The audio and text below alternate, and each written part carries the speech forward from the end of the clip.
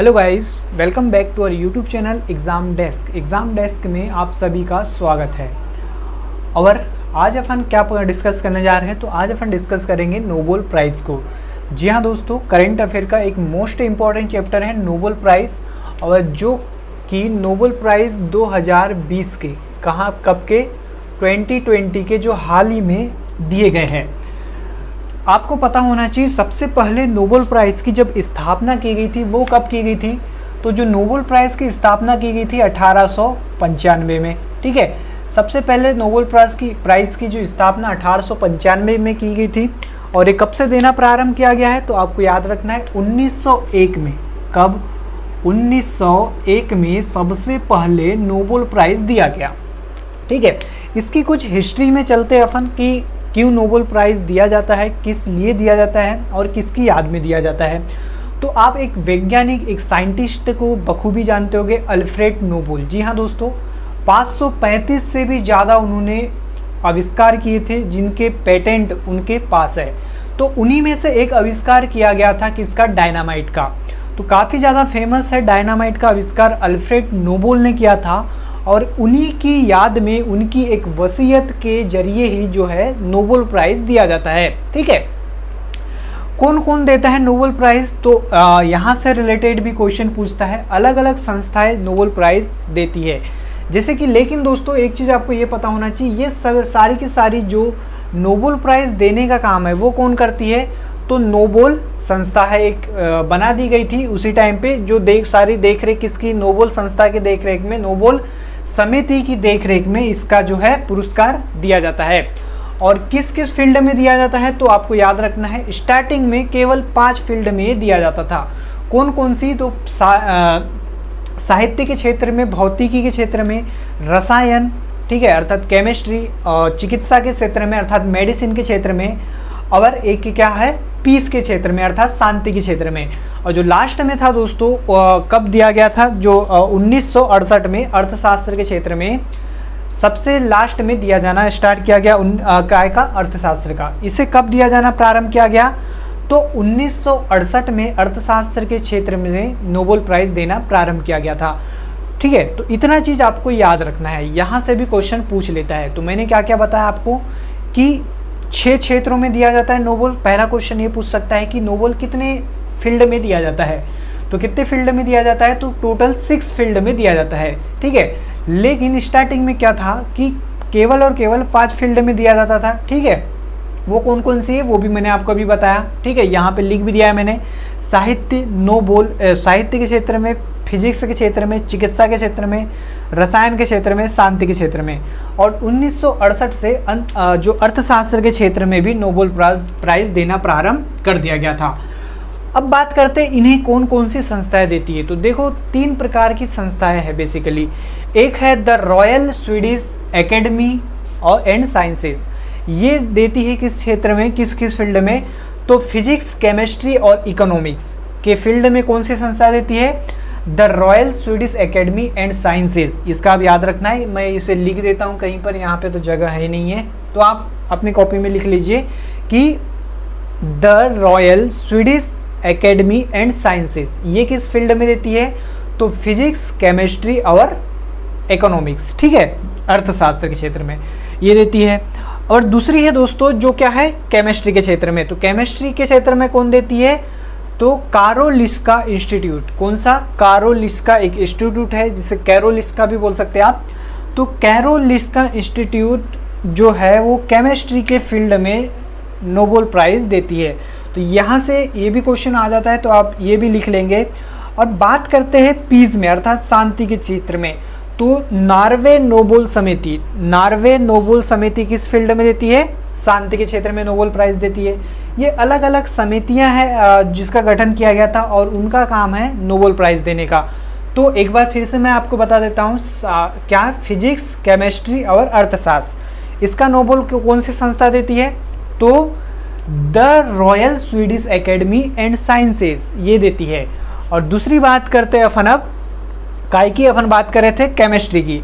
तो केमिस्ट्री की जो नोबेल पुरस्कार है केमिस्ट्री का वो कौन सी संस्था देती है?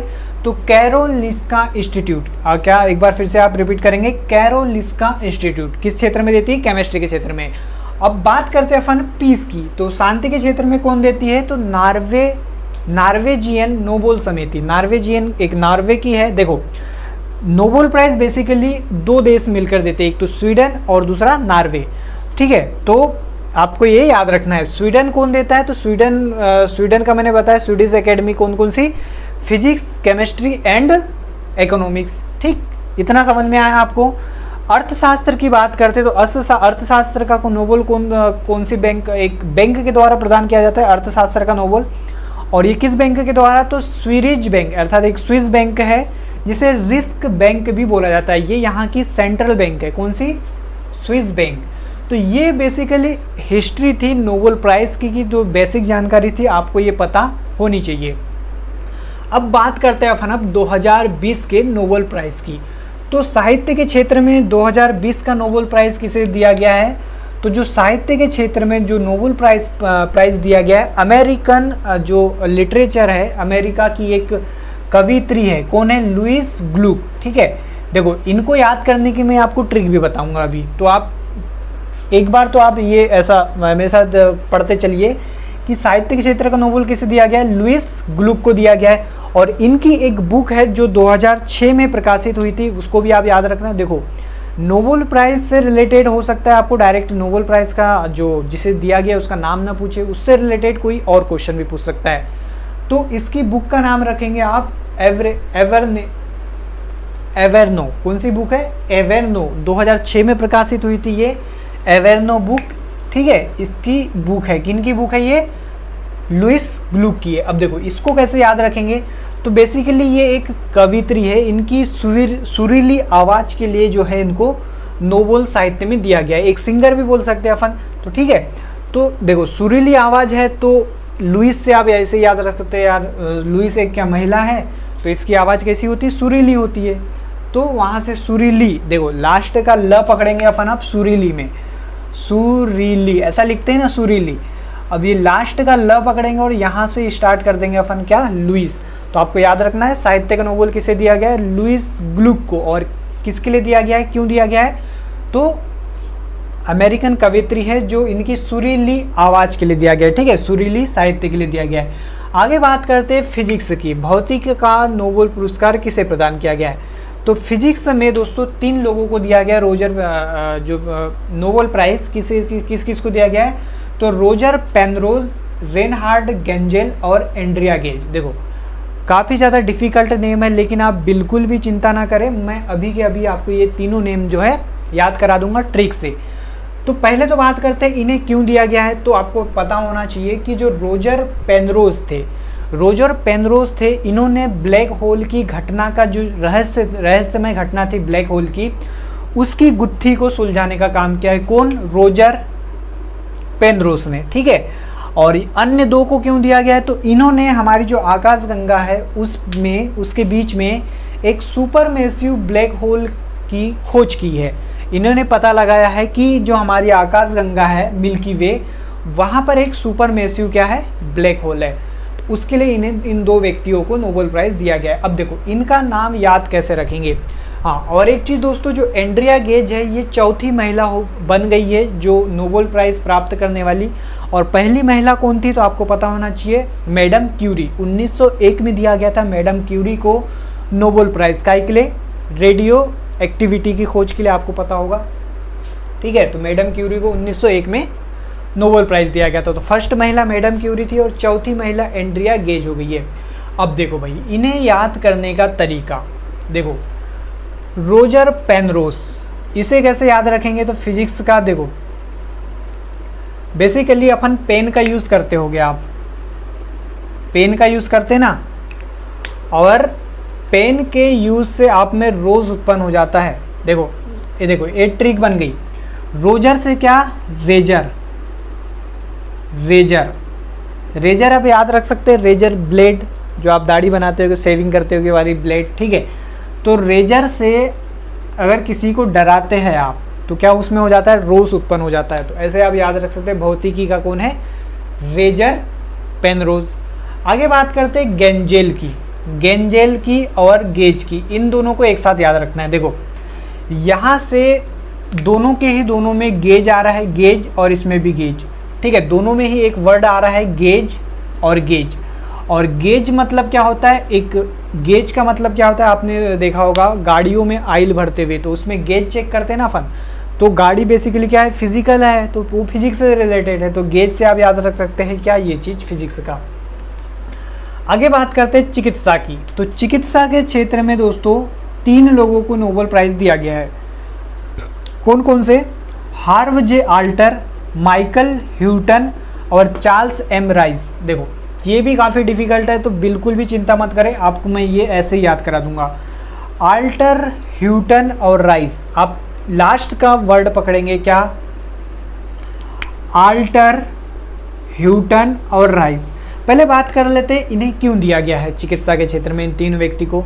तो आपको इन्होंने बहुत ही अच्छा काम किया है चिकित्सा में, मतलब कि इन्होंने हेपेटाइटिस सी की जो वायरस है उसकी खोज की है।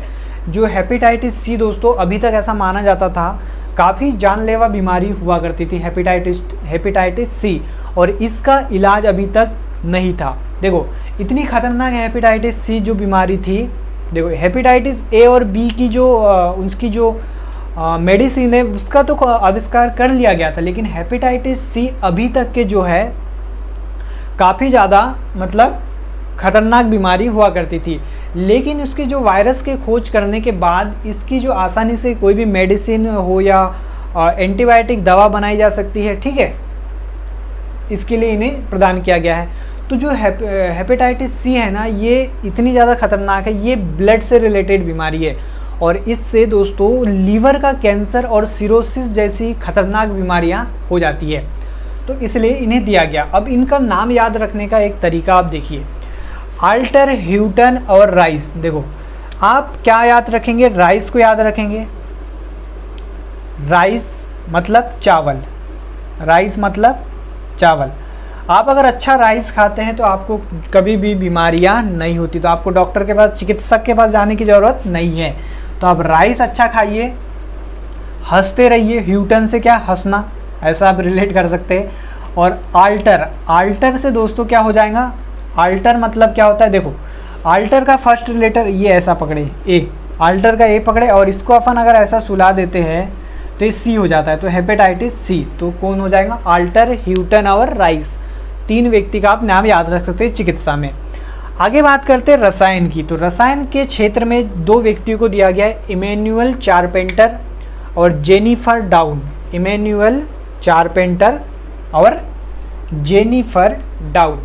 इनको क्यों दिया गया है, तो आपको याद रखना है इन्होंने भी अद्वितीय कार्य किया है। अद्वितीय है क्योंकि दोस्तों आप अभी सुनेंगे अद्वितीय क्या कार्य किया है, तो आप भी आश्चर्यचकित रह जाएंगे। इन्होंने जो डीएनए में बदलाव के लिए एक इंजीनियरिंग होती है, डीएनए इंजीनियरिंग, उसके तहत डीएनए में चेंजेस के लिए काम किया है। मतलब कि अब किसी भी व्यक्ति के जो डीएनए में बदलाव किया जा सकता है, ठीक है, उसके लिए इन्होंने खोज की थी। मतलब डीएनए डेटिंग की खोज की है किसी ने, इमैनुअल चारपेंटर और जेनिफर डाउन ने।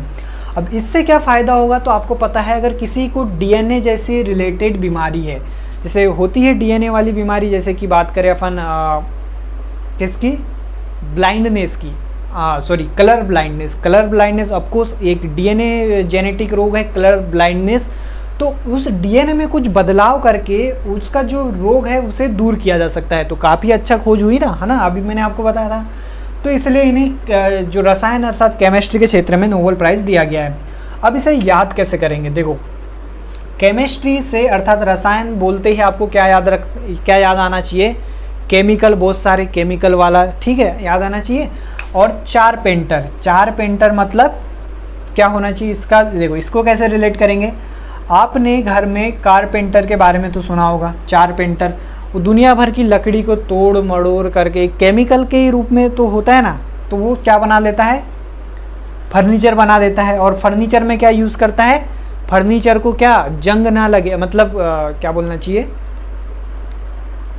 फर्नीचर ख़राब हो जाता है ना, उसको क्या बोलते हैं, अपना रस्ट जैसी होती है वो भी, ठीक है। तो उसके लिए वो क्या केमिकल मिलाता है, तो आप ऐसे याद रख सकते हैं, कारपेंटर अपने जो फर्नीचर को बचाने के लिए क्या मिलाता है, केमिकल मिलाता है। तो रसायन का आपको याद हो गया कारपेंटर। देखो ऐसे ही याद करना पड़ेगा भैया इनको, क्योंकि ये डायरेक्टली अगर ऑप्शन में आते हैं तो आपको फट से दिमाग में क्लिक कर जाएंगी, ये मेरी ट्रिक, ठीक है। और दूसरा है डाउना। तो डाउना को मतलब आप ये देखो यहाँ से एक इसको DNA डाउना ऐसा लिख सकते हैं, डाउना अपन। तो यहाँ से ही DNA आपको याद हो गया होगा, तो डाउना से DNA आप रिलेट कर सकते हैं। आगे बात करते हैं शांति के क्षेत्र की। तो शांति के क्षेत्र में किसे दिया गया है, तो इसे वर्ल्ड फूड प्रोग्राम को दिया गया है शांति के क्षेत्र में, अर्थात ये विश्व खाद्य कार्यक्रम, इसका फुल फॉर्म है WEP का, ठीक है। इसे शांति के क्षेत्र में नोबेल प्राइज़ दिया गया है। अब देखो इसे क्यों दिया गया शांति के क्षेत्र में, तो आपको पता होना चाहिए जो WEP ने जो विश्व जो भूखमरी है उससे निपटने के लिए बहुत अच्छा कार्य किया है, विश्व भूखमरी से निपटने के लिए, ठीक है। तो इसीलिए इसको जो है शांति के क्षेत्र का नोबेल प्राइज़ दिया गया है। अब थोड़ा सा आपको डिटेल में WEP के बारे में बता देता हूँ। तो इसकी स्थापना है दोस्तों वर्ल्ड फूड प्रोग्राम की 1961 में की गई थी। कब? 1961 में की गई थी। और इसका मुख्यालय कहाँ पर है, तो ये भी आपको पता होना चाहिए, इसका मुख्यालय है रोम में, इटली की राजधानी कौन सी, रोम में, ठीक है। शांति का भी आपको याद हो गया। अब इसे कैसे याद रख सके, देखो वर्ल्ड फूड प्रोग्राम, देखो किसी भी व्यक्ति को अगर जब आपको खाना नहीं मिलता, ठीक है, तो आप कैसे हो जाते हैं, चिड़चिड़े हो जाते हैं, चिड़चिड़ करते हैं, मुझे खाना दो, मम्मी भूख लगी। और जैसे ही आपको खाना मिल जाता है, आप खाना वाना खाते तो शांत, बहुत शांत महसूस करते, आराम हो गया। तो ऐसे आप याद रख सकते हैं शांति के क्षेत्र में किसे दिया गया है, वर्ल्ड फूड से आप क्या याद रखेंगे, खाना। वर्ल्ड फूड प्रोग्राम को किसे दिया गया, शांति के क्षेत्र में। लास्ट है दोस्तों अर्थशास्त्र। आई होप आपको यहाँ नीचे नहीं दिखेगा, तो मैं यहाँ पे ऊपर में लिख देता हूँ, अर्थशास्त्र का नोबेल प्राइज़ किसे दिया गया है। तो इसे लुईस ग्लूक को मिटाना पड़ेगा हमें अर्थशास्त्र के नोबेल प्राइज़ के लिए। तो अर्थशास्त्र का नोबेल प्राइज़ जो दिया गया है, जो छठवा है, अर्थशास्त्र या इकोनॉमिक्स अर्थशास्त्र, ये कौन को दिया गया है, तो पॉल मिलग्रोम और रॉबर्ट विल्सन। किसे दिया गया है, पॉल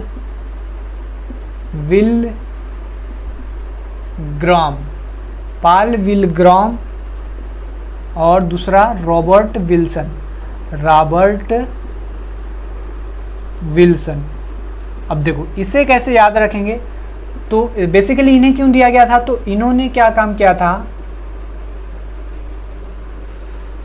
इन्होंने जो नीलामी होती ना, जैसे कोई भी चीज़ की नीलामी करते हैं, तो उसकी सिद्धांत के लिए, नीलामी का सिद्धांत के आविष्कार के लिए इन्हें अर्थशास्त्र के क्षेत्र में नोबेल प्राइज़ दिया गया है। तो अब इसे कैसे याद रखेंगे, तो देखो अर्थशास्त्र, आप बेसिकली अर्थशास्त्र क्या समझते हैं, इकोनॉमिक्स। और जब किसी की विल पावर स्ट्रांग होती है, तो तभी उस देश की इकोनॉमी कैसी होती है, ग्रो करती है। तो आप ऐसे याद रख सकते हैं। तो विल से क्या हो जाएगा, विल्सन हो जाएगा, ठीक है।